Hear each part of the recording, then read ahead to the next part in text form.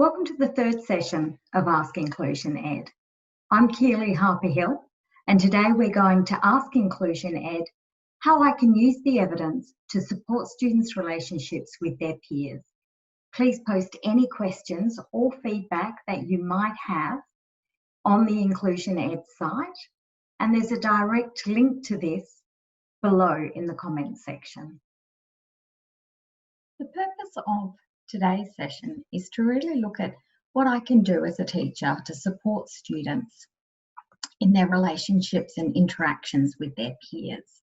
And this we know is a key area of difficulty for students on the spectrum, but also for other students who may have difficulties with peer interactions, but who may not necessarily be on the autism spectrum.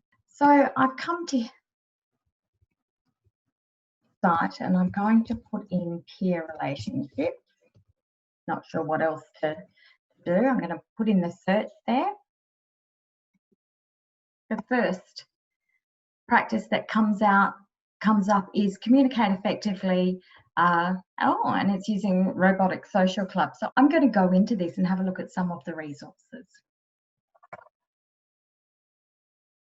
So we've talked in previous sessions about going through and having a look at all of the different bits of information.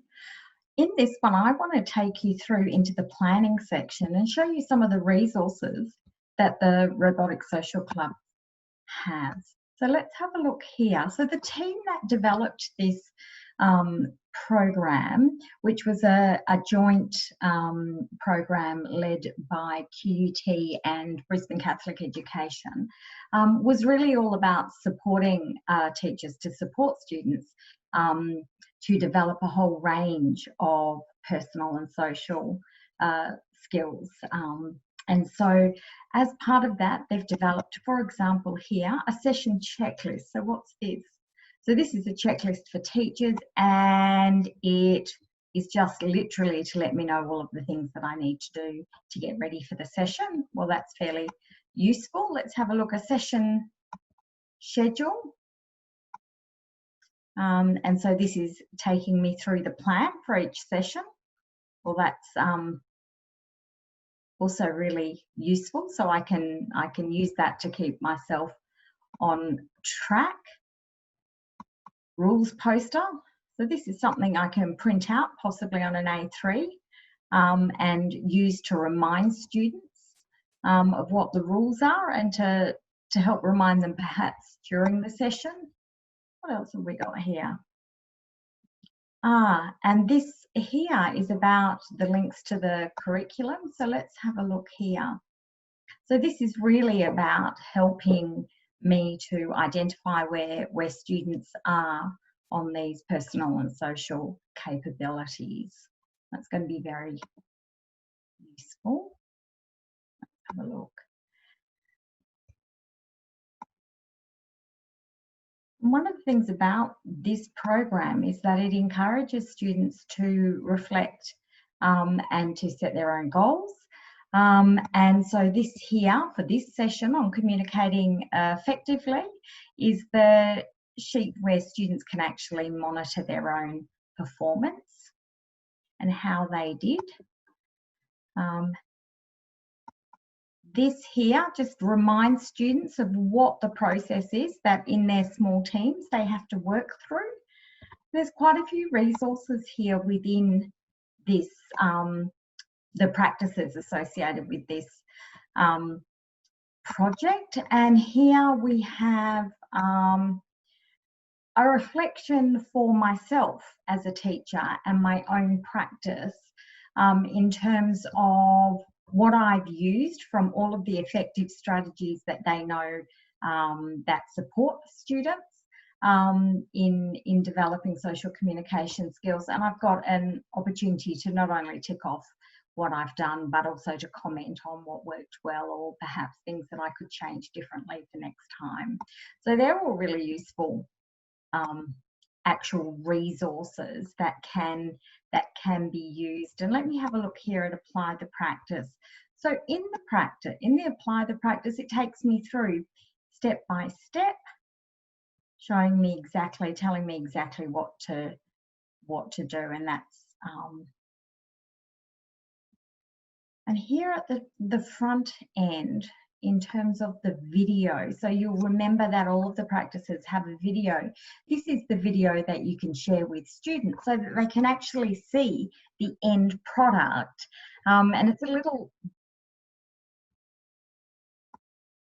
little bit like our assignment exemplars practice, which is coming to inclusionED, and that's where really students are able to see an example of the end product, so they don't have to spend a lot of energy and capacity trying to imagine what it's like, because we know if we can't see an end product, that can be a little bit difficult. Now, when I searched for peer things that I could do to support peer relationships, I did note that there was, as well as all of the social robotics practices, there was also this one here for middle year students on peer interactions. Let me have a look at that.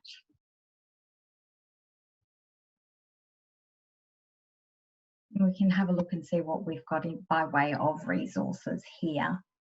So I can see right at the front here that yes, there are resources provided, and I know with these particular practices that there will be a video. And this video, the idea of the video is so that I can, as the teacher, actually look at and see what does that practice look like when it's in action in the classroom. So I can see straight away that the video is showing me the sorts of things I can do around room arrangement to encourage those peer interactions, and by structuring those peer interactions in a very clear and planned way. So it's not something that's ad hoc. If I go down here now to plan, let's have a look and see exactly what it's going to tell me about.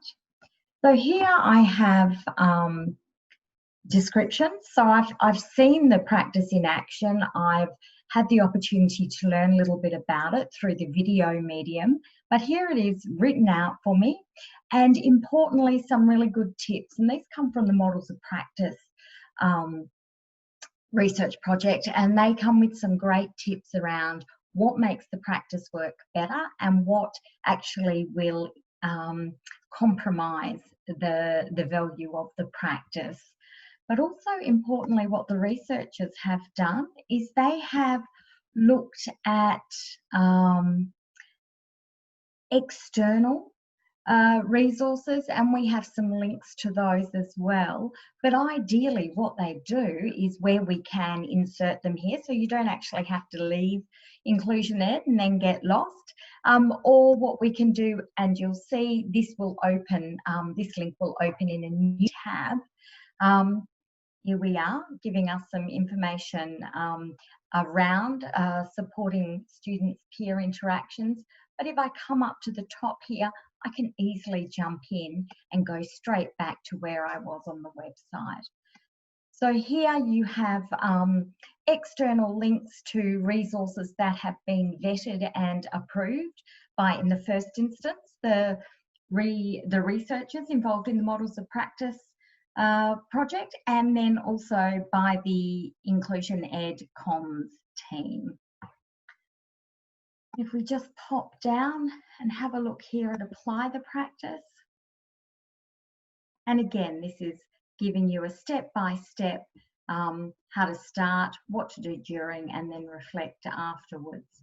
So they're the resources that come with this particular project, this particular practice, I beg your pardon, that will help you to unpick ways in which you can support students. I'm going to go back to the search though, because I'm interested to see what else there might be. And if, as a teacher, I'm concerned about students' interactions, part of that is not simply about how a student is behaving or the abilities that they have in terms of interacting with others. It's also about managing that student's belonging in the school and in their peer group, because those things, the way that a student is perceived, and the way in which you interact with a student send a really strong message to all of the other students in your class about that student's degree of belonging and value and connectedness that they have in the class. I'm wondering about some general strategies that I could use to support students with their school belonging. So let's have a look.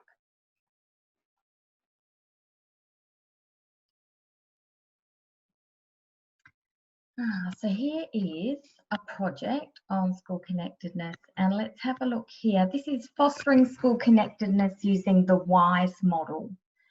So I might have a quick look here and see exactly what is here. So the WISE model is something I can see here that can apply from preschool to year 12. And there's a summary of what WISE stands for. So it's about warmth, empathy, inclusion. Yeah, okay, this looks good.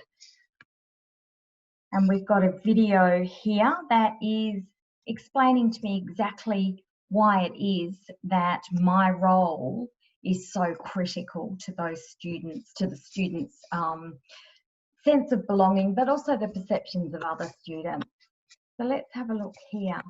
Here in plan, there's a huge amount of information. So that's really going to give me some good information about that, and then applying the practice. So here, if I have a look at the WISE model, that's going to give me that information, which will be really good for me to print out and act as an aide-memoire. But also, let's have a look. And then here we've got actual ideas about warmth and empathy.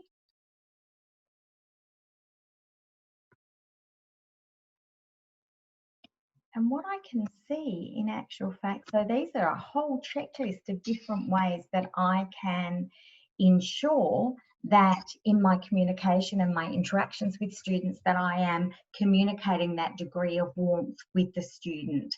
And so, for example, down here looking for common interests between myself and students, being approachable, demonstrating acceptance, showing respect. So all those sorts of things that really identify and communicate to all of the students in my class that this student is someone that all of my students are valued, and that I have an authentic and warm relationship with them.